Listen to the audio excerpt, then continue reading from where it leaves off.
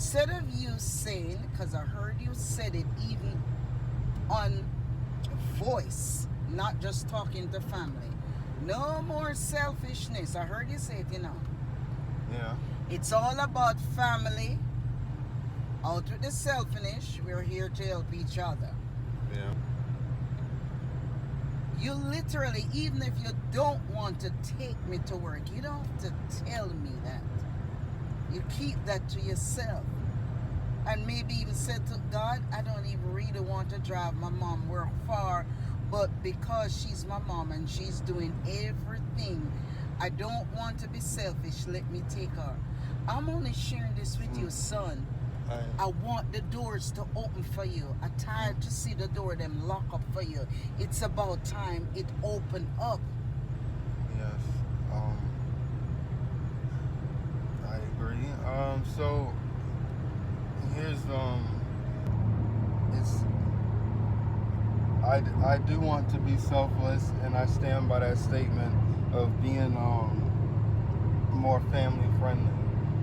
But what bothers me and what puts me in a space to where my response is I don't want to do it is when I feel like what's being asked of me is because the person themselves, are you listening? No, yeah, I'm listening. I was just looking at traffic to say, wait a minute now. What bothers me and puts me in the space of I don't want to do it is when I feel like what's being asked is because the person doesn't feel like doing it themselves. Because at that point, you're just asking out of laziness because you don't feel like doing it. Oh, I don't feel like doing X, Y, Z, so I'm going to ask somebody else. That is what bothers me. Don't ask me to do stuff that you don't feel like doing because you don't feel like doing it. If you're going to ask for something that you actually need help for, not because you're just not in the mood yourself. That's not fair to me. Well, that I will agree with. I will agree totally, yes, with that. Yes, I will agree with that if it's something that you could do. The only time, sometimes I really call you to ask you to bring me something or want to be honest, sometimes my feet hurting and I'm like burned to the wire. That I'm just going to be very careful of to make sure all of what I want, I take it upstairs with me, that I don't have to call you, because I don't really want to be calling you when it's something you don't want to do, whether you really genuinely just don't want to do it because you don't feel too bothered. But I'm just saying,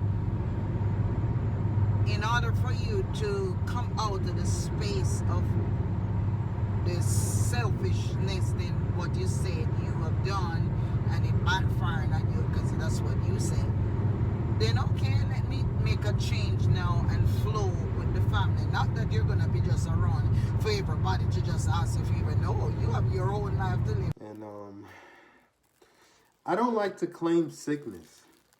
I don't get sick. I don't fall under the weather. But every now and then, there's a dragon in the sky that tries to swoop down and bite me.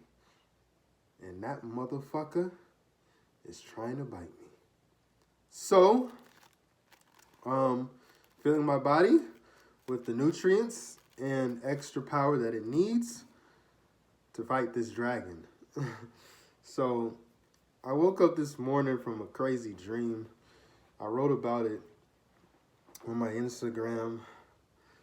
And I usually don't remember my dreams because they happen so fast that by the time I wake up, I'm just like trying to, get the last little bit of like what I can make out. But this time, I remembered it.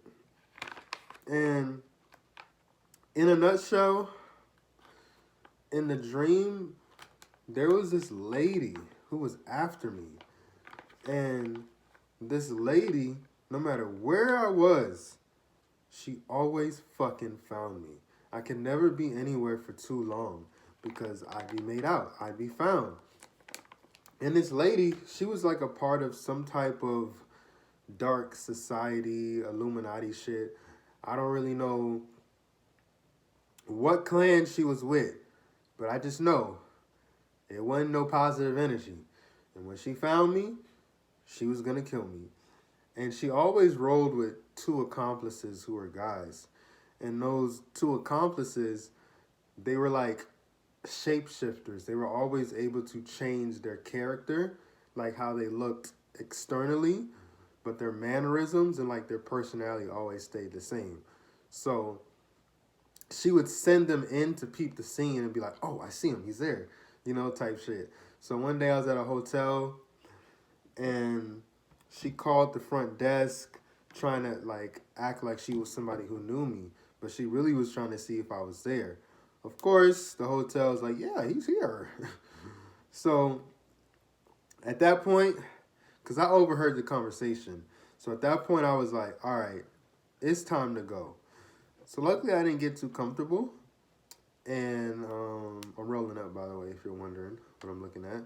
But at one point I didn't get too comfortable, because I'm always on the run. So I can never get way too comfortable. So I hastily grabbed my shit and I hit up Martin, the one friend who I know in real life I can depend on at a moment's notice, as long as he's in town, because he's been recently a traveling man. So I called Martin and I'm just like, "Yo, this is like a life or death, emergency type situation. Just pull up. I'll explain when you get here."